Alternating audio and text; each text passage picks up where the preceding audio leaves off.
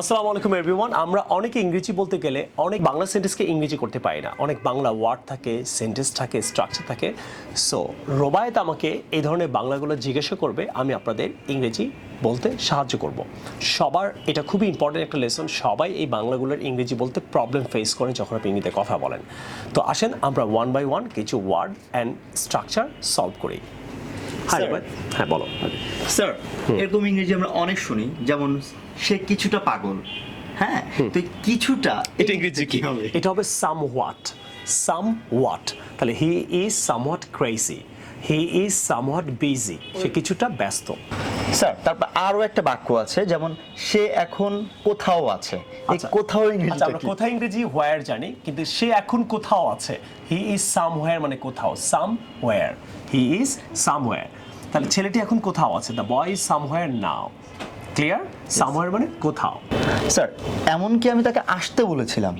ওকে, এই জন্য তোমাকে আগে আমার এই বই থেকে এমনকি ইংরেজিটাকে শিখতে হবে। এমনকি ইংরেজি হবে ইভেন।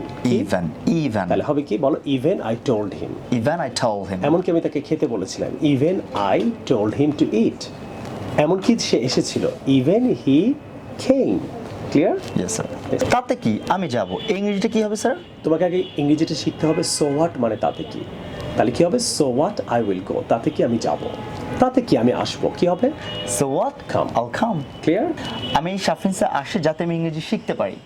স্যার, ইংরেজিটা কি হবে? আগে তোমাকে যাতে ইংরেজি শিখতে হবে। যাতে ইংরেজি হবে so that. I come to shoppings so that I learn English, অথবা I can learn English.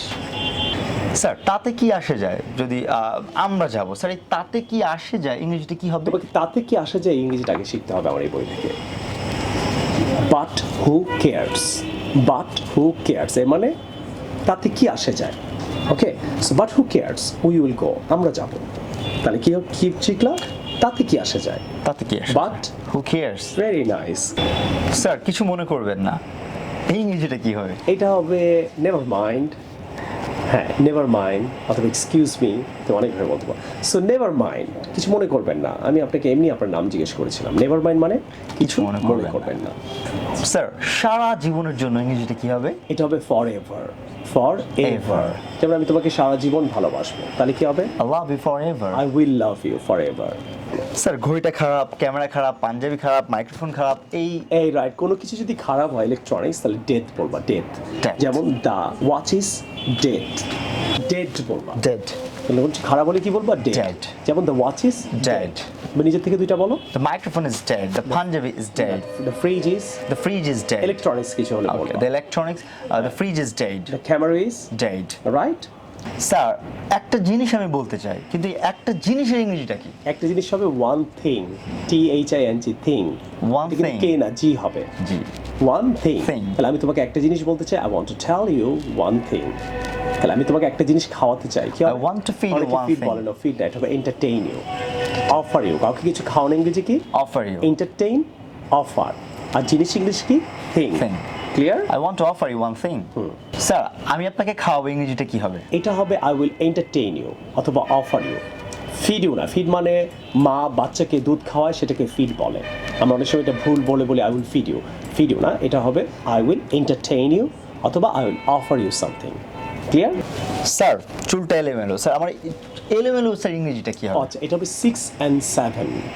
6 and 7। তাহলে আমার রুমটা এলোমেলো কি হবে? My room is 6 and 7. চুলটা? My hair is 6 and 7. আমার জীবনটা? My life is 6 and 7. Clear now? So এলোমেলো ইংরেজি হলো 6 and 7। স্যার, বোকামি করো না, যাও ইংরেজি শিখো, এটা করো সেটা করো। বোকামি করো না, এই ইংরেজিটা কি হবে? মানে বোকামি করলে তার লস হবে জীবনে, এরকম তো? রাইট। এই ক্ষেত্রে বলবো don't be silly. Don't be silly মানে বোকা হো না, বোকামি করো না। যাও, ওখানে গেলে তুমি তো আসলে ইংরেজি শিখবা বা পড়ালেখা করো, জীবনে বড় হবা। সেই ক্ষেত্রে তুমি কাউকে ইন্সপায়ার করার জন্য বলতে পারো ডোন্ট বি সিলি। স্যার, কি হয়েছে আপনার? আপনি তো ডিস্টার্ব কেন? এই ধরনের বাক্যগুলো আমরা কিভাবে বলতে পারি? এটা বলতে পারো হোয়াটস বদারিং ইউ।